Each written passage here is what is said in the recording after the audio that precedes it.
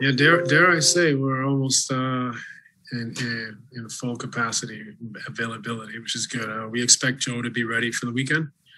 When he practices and how much he practices to be determined, but I think he's feeling better, looking better, and he went through our kind of very light half-speed practice and did a shooting today, so all signs there are good, and everyone else participated as well. Going back to even your playing days, what do you love most about this time on an NBA calendar when it comes to the postseason and the battles and the pursuit for a title? The competition, it means the most. The lights are the brightest. The risk and reward are the highest, and you're playing for it all. So, this is why we work hard. This is why we train in the off season. This is why we sacrifice the way we do as pros. And so you have an opportunity to do something special in the playoffs. So it's exciting. I think everyone, raises their level a little bit in the playoffs, and it's great basketball and great competition. Bruce Beck with NBC New York. Steve, how important is this week in terms of chemistry and in terms of trying to get everything together, or do you feel like you're there already? No, I think it's really important. We have two of our, I guess you could say, we would think two of our best lineups have never played together. Kai, Kevin, James, Joe have never played. Well, I shouldn't say never, but have just recently played with Blake or with Nick. So that is our kind of gap that we need to close. That is where this week can help us, iron out some of those things. We're not going to get a ton of reps this week, in that we also want our team to recover from what was a really crazy season. A lot of guys coming out of injuries, but we want to get some reps, and we also want to spend the time just cleaning up what we do and having a better, deeper understanding now that we finally have, near full availability. Greg Logan with Newsday. Steve, can you just kind of look at the season that Kyrie had and give us an idea of where you think he's at mentally as well as physically going into the playoffs, and just how critical his role will be going forward from here on out? Well, he's an incredible player. He had an incredible season. He was super efficient, deadly scoring the ball, and was really sharp. So a very impressive season from Kyrie. He's a huge piece of what we do. And I think he's mentally and physically in a really good place right now. Tina Cervasio with Fox 5 New York. Hey, Steve, you obviously, all your players, there's a lot of playoff experience. Different guys have different experiences, who's a multi-time champion, et cetera. Who really are you relying on to kind of lead the way, just the way that this shift has to change now that this is really a new season and a new atmosphere? Well, I think we rely on everyone in their own way. I mean, you can make the case in the big picture that everyone's a leader and everyone's got to approach and lead by their example. I would say that James is our floor general. But Kevin is in many ways our guy that's been there and done that, winning 2 championships and kind of, being the go-to guy on those teams. So we rely on everyone to lead and use their experiences. And sometimes that leadership comes in different forms, different roles, different personalities. Everyone should act as a leader. And at the same time, I think our 3 stars are going to take the bulk of the leadership. And then, some of our vets, are invaluable. Blake Griffin, DeAndre Jordan, Jeff Green, those guys, their experience, their intelligence, is so valuable for our group as well. Malika Andrews with ESPN. Hey, Steve, I have 2 for you. First of all, just how Kevin came out of the back-to-back, how Blake came out of the back-to-back. You said knocking on wood about health. What did that do for your confidence in their workload and the ability that some of your players who've struggled to stay on the floor all the time this season, what they can do, their workload in the playoffs?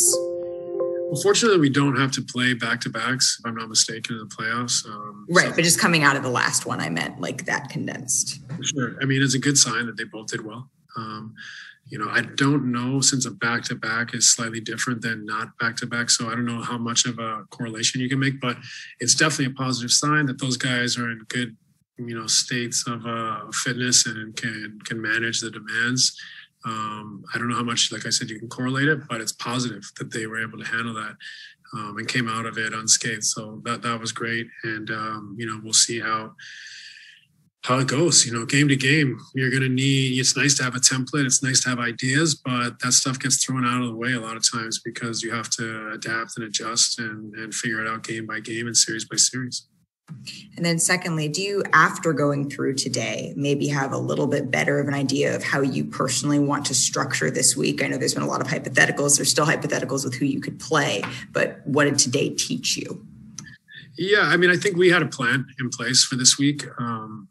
Today was the first day. We have a plan in place for Wednesday, Thursday, and Friday, and a contingent plan if for whatever reason we play Sunday. So, but we're expecting to play Saturday just because I think that is, that's the scenario we have to be prepped for. We can always adjust if we end up playing on Sunday, but we've prepped to play Saturday and we'll adjust if we find out we play on Sunday. So our week is pretty locked and loaded, and we look forward to seeing who we play and continuing to prepare. Thanks. Appreciate it. Alex Schiffer with The Athletic.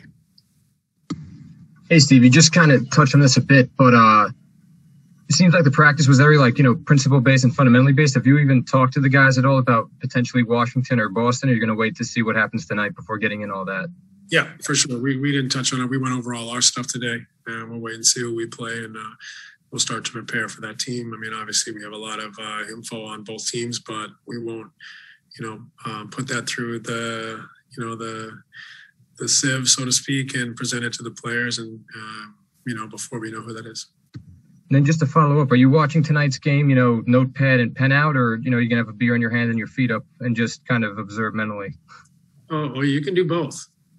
I'm well aware. No, I'm just kidding.